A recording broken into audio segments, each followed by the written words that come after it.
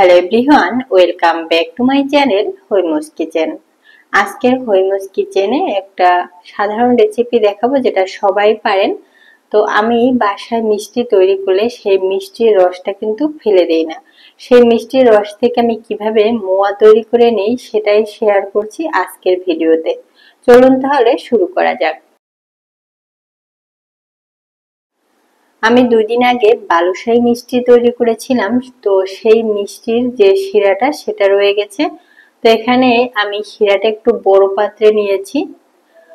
শিরাটা যেহেতু একটু পাতলা ছিল, তো এটাকে আমি আরো একটু জাল করে ঘন করে নিব। যদি ঘন শিরা থাকে তাহলে গরম করে নেবেন, কিন্তু আমার শিরাটা একটু পাতলা ছিল তাই এটাকে ঘন করে নিচ্ছি। আমি দেখিয়ে দিচ্ছি ঠিক কিরকম ভাবে ঘন করতে হবে। আর দেখুন এই সময় কিন্তু শিরার কালারটা কিন্তু অনেকটা চেঞ্জ হয়ে এসেছে। আমি হাতে একটু শিরা ধরে দেখুন, এই যে টান দিলে পুরো একটা তারের মতো তৈরি হয়ে যাচ্ছে। ঠিক এরকম অবস্থাতে আপনার এর ভেতরে মুড়িটা ঢেলে দিতে হবে। আর মুড়িটা যখন এখানে দিবেন তার আগে অবশ্যই মুড়িটাকে টেলে নিবেন। মুড়িতে কিন্তু অনেক ময়লা থাকে, অনেক গুঁড়ো গুঁড়ো সাদা সাদা রঙের ময়লা থাকে, সেগুলোকে অবশ্যই টেলে নিতে হবে। এরপরে শিরার সাথে মুড়িটাকে খুব ভালোভাবে মাখিয়ে নিতে হবে। এই কাজটি যতটা তাড়াতাড়ি করতে পারবেন ততটাই ভালো, কারণ যেহেতু শিরাটা ঘন করে না তাই এটা খুব দ্রুত আরো শক্ত হয়ে যেতে পারে। এই কারণে এখানে তাড়াতাড়ি কাজটা করতে হবে।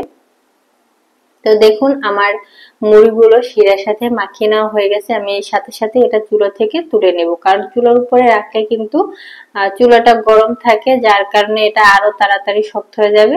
তো সাথে সাথে চুলা থেকে নামিয়ে নিয়ে আবারও একটু এটা আপনার কড়াইতে যাতে লেগে না যায় তাই এটাকে একটু চামচ দিয়ে তুলে নিচ্ছি। এরপরে আমি হাতে একটু তেল মাখিয়ে নিলাম। এখানে যারা গরম সহ্য করতে পারেন তাদের তেলটা দরকার পড়ে না, কিন্তু আমি তো অতটা গরম সহ্য করতে পারি না, যার কারণে এখানে অল্প একটু তেল মাখিয়ে নিয়েছি। তারপরে অল্প অল্প করে মুড়ি নিয়ে মোয়ার শেপটা দিয়ে নিতে হবে। মোয়া তো সবসময় গোলেই হয়, তাই এটাকে গোল করে তৈরি করে নিতে হবে। প্রথমে হালকা চাপ দিয়ে তারপরে একটু ঘোরানো দিলে দেখবেন মোয়াটা গোল হয়ে যাচ্ছে। দেখুন কত সুন্দর করে আমি একটা মোয়া তৈরি করে দেখালাম। এভাবে করে আমি সবগুলো মোয়াই তৈরি করে নিব।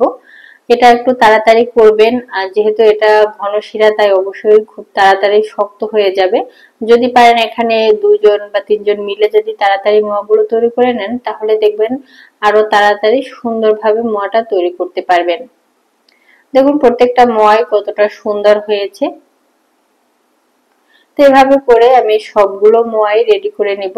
আর এটা কিন্তু প্রায় সবাই তৈরি করতে পারেন, তারপরও একটার দুইটার সেটা অনেকেই বোঝেন না যে কখন তৈরি হবে, তাই মাঝে মাঝে একটু হাতে নিয়ে চেক করে দেখবেন যে কখন একটার বা দুইটার তৈরি হচ্ছে। তো আমি মোয়াগুলোকে একটা প্লেটে নিয়ে নিচ্ছি। দেখুন মোয়াগুলো কতটা সুন্দর হয়েছে, আর এটা খেতেও কিন্তু বেশ মজার। দোকান থেকে কিনে খেলে সেগুলোতে অনেক সময় ভালো পরিবেশে তৈরি হয় না, তাই বাসায় তৈরি করে নিতে পারলে তাহলে তো একটু নিশ্চিন্ত যে আমি নিজের হাতে তৈরি করতেছি, নিজে পরিষ্কার পরিচ্ছন্ন ভাবে তৈরি করতেছি। বাচ্চাদেরও এটা দিতে পারবেন খুব সহজেই।